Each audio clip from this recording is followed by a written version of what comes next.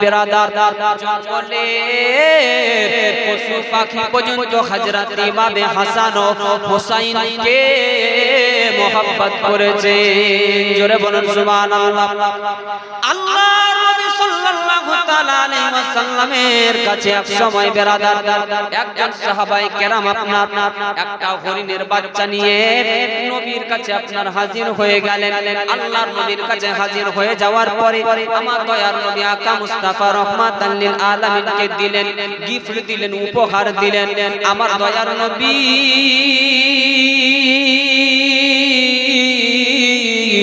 আকা মুস্তাফা রহমাতাল লিল আলামিন নবী আমার ওই হরিণের বাচ্চাটা নেওয়ার পরে নবী আমার হরিণের বাচ্চাটাকে হযরত ইমামে হাসানকে আপনার দিলেন। আর হযরত ইমামে হাসান রাদিয়াল্লাহু তাআলা আনহু ওই হরিণের বাচ্চাটাকে নিয়ে বারান্দার মধ্যে আপনার খেলাধুলা করতে লাগলেন। এইভাবে হযরত ইমামে হাসান রাদিয়াল্লাহু তাআলা আনহু আপনার হরিণের বাচ্চাটা নেওয়ার পরে গো বারান্দার মধ্যে আপনার খেলাধুলা করতে আছে আমার হুসাইন রাদিয়াল্লাহু তাআলা আনহু ঘর থেকে আপনার বের হয়েছে।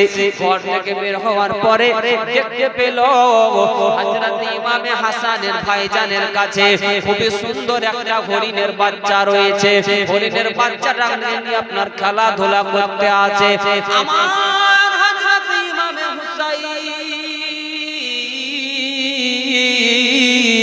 রাদিয়াল্লাহু তাআলা আনহু হযরত ইমামে হাসানের কাছে গেল। আর হযরত ইমামে হাসানের কাছে যাওয়ার পরে হযরত ইমামে হুসাইন বলতে আছে ভাইজান ওগো ইমামে হাসান ওই হরিণের বাচ্চাটা আমাকে একটু দাও, আমি নিয়ে খেলাধুলা করব। হযরত ইমামে হুসাইন রাদিয়াল্লাহু তাআলা তিনি আপনার যখন হযরত ইমামে হাসানকে বললেন ভাইজান আমাকে একটু দাও, আমি নিয়ে খেলাধুলা করব। বাচ্চা ছেলে হযরত ইমামে হাসান বলতে লাগলো না না ভাইজান আমি নিয়ে খেলাধুলা করব, তোমাকে আমি দিব না। বেরাদান ইসলাম মুআজ্জাজ সামাইনে কেরাম যখন হযরত ইমামে হাসান যখন আপনার বাচ্চাটা হযরত ইমামে হুসাইনকে দিলেন না আমার হুসাইন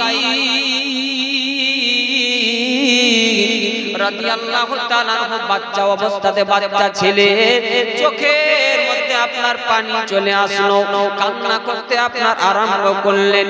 এইভাবে হযরত ইমামে হুসাইন যখন কান্না করতে আছেন সুবহানাল্লাহ কিতাবের মধ্যে আপনার এসেছে ওই সময় একটু পরে আপনার জঙ্গলের দিক থেকে একটা হরিণী নিজের আরেকটা বাচ্চাকে আপনার বগলের মধ্যে ভরে পেটের মধ্যে ভরে আল্লাহর নবী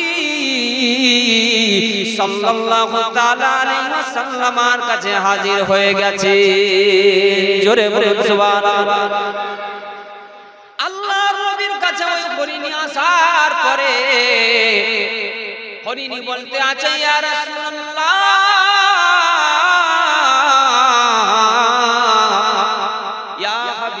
নবীজি আমি আপনার কাছে এসেছি কেন জানেন?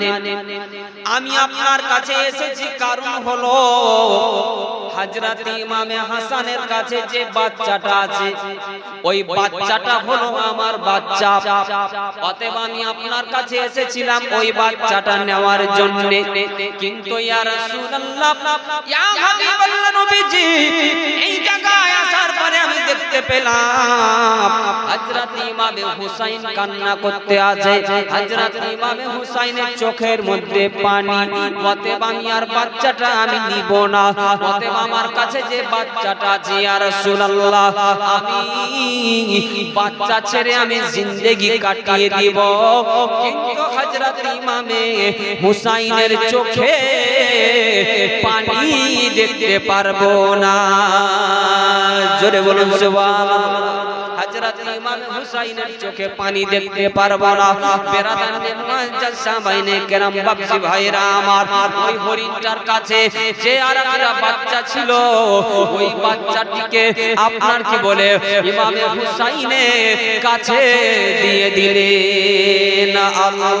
আল্লাহুম্মা সাল্লি سيدنا